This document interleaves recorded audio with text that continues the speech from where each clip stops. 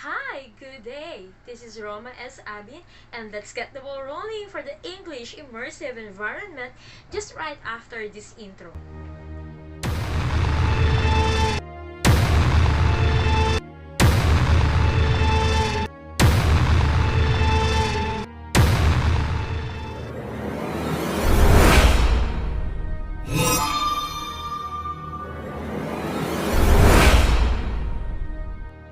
How many of us here still know how we can contribute to the success of the community? How many of us here still know our own abilities and our own skills as an individual who can help in the success of our own selves and our own family? How many of us here still know the things that we can do in the present times of sufferings and of problems just to make this place still an environment wherein everybody can live a happy life? Now, if all of us can still give the best answer to those questions, then we are still in good shape. We are still in good condition. But if all of us cannot even answer those questions, then this is now the time for us to check our mental health. Today, we're going to talk about COVID-19 impact on mental health of Filipinos.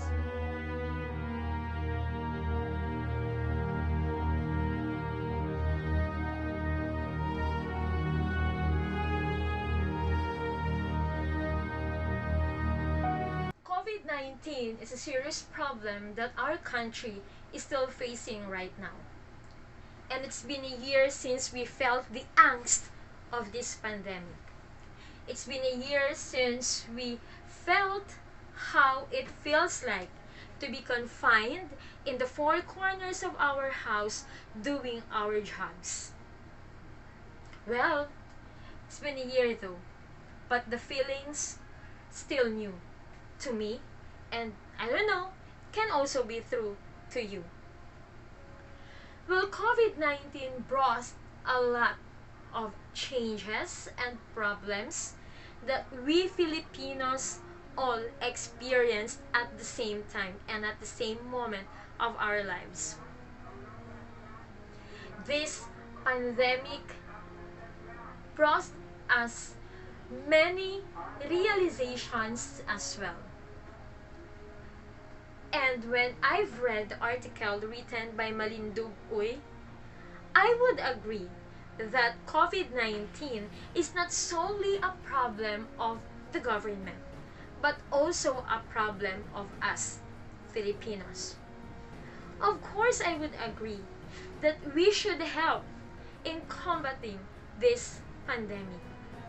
But basing it on my own humble opinion, the very first thing that I can say is that me, as an individual, can only help in fighting this pandemic through following the safety health protocols. I know that I should always wear face mask, face shield, and carry with me sanitizer or alcohol every time I go out. I should also practice social distancing every time I try to buy things outside. And I should also maintain my personal hygiene. These things can be considered little or small things, but these small things, these small actions are big enough for me to contribute something to the end of COVID-19. Hearing the news before until today brought me a lot of worries, problems, anxieties. COVID-19 placed all of us into that situation, even until today. I've heard a lot of news about unemployment, big companies closing, and small companies not surviving anymore during the first 2 months of the crisis because of this pandemic. And those are really something that we should take seriously. The economy of our country was greatly affected. And that is a problem indeed. But when I tried to think deeper about the situation, well, I just realized that COVID-19 will end. Maybe not this year, maybe not next year, but I am confident that this pandemic will end soon. Why did I say that? Well, basing it on the previous articles about pandemic, the world suffered also many pandemics before, but they're not here anymore. They're all vanished. And COVID-19 is just one of those pandemics that will soon end. And with this thought, one thing that kept my attention is the effects of this pandemic. Many Filipinos experienced unemployment, poverty, problems in sending off their children to school. Students also experienced many devastating moments of their lives when it comes to education. And these are the things that really affected our mental health. And those are the things that this COVID-19 brought us. COVID-19 did not only damage our physical health, but mostly our mental health. So how are you now? How are we now? And how am I now? Anxieties, worries, fears, angers are the things that this COVID-19 brought into our mental health state. I could say that I am not that healthy since the start of COVID-19. And when I say healthy, I am referring to my mental health concern. But as time goes by, I realized that the main thing for me to survive this crisis, this mental health issue, is to accept everything and try to adjust. During those times of lockdown, I dwell in spending more time with my family and friends and relatives. We do video calls. We also do playing cards and other things just to forget the crisis and then the problem. We find our little things to enjoy the moment, and that is acceptance. Another thing that I did is to strengthen my connection to Him. And when I did that, I realized that these things are just little things that all of us, and me personally, can manage, can overcome, and can survive. After strengthening my connection to the ones up there, I started to accept. Because these things are beyond my control. These things are here already.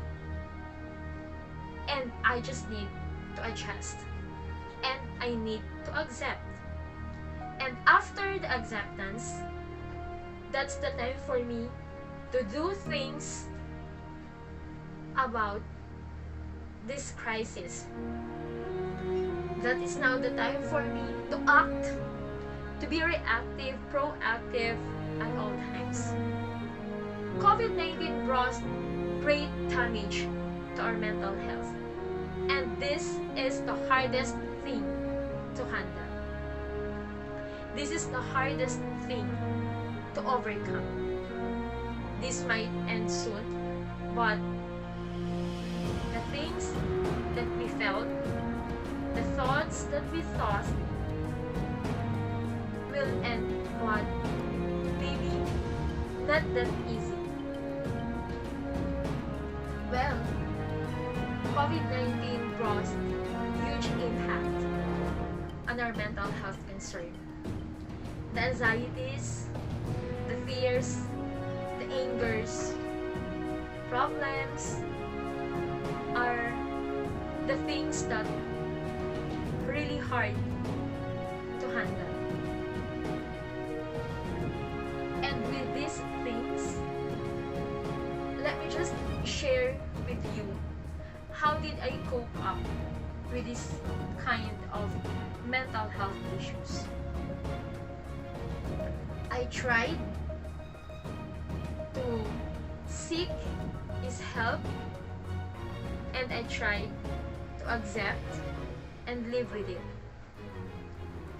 I started valuing small things around me, people around me, and I started appreciating and dwelling on the beauty of nature. Those are the things that I paid attention of, despite the pandemic, despite the problem, despite the crisis that I am in. I just thought that if I will not do that for my own, no one can do that for me. I just thought that my mental health should be my priority, and I should not allow others to touch it, to damage it, or to change it. Things like this can damage it, but things like this can also strengthen my mental health. And this is the main thing that I realized as I went by my life in facing this crisis brought by COVID-19. COVID-19 was successful in bringing up a lot of things that would damage our mental health. But COVID-19 also was a great thing to measure, to extend us beyond our limit, and to make us realize that we Filipinos are really pliant like a bamboo. We can survive anything and everything that can be put or placed in front of us, no matter how crucial it is, no matter how hard it is.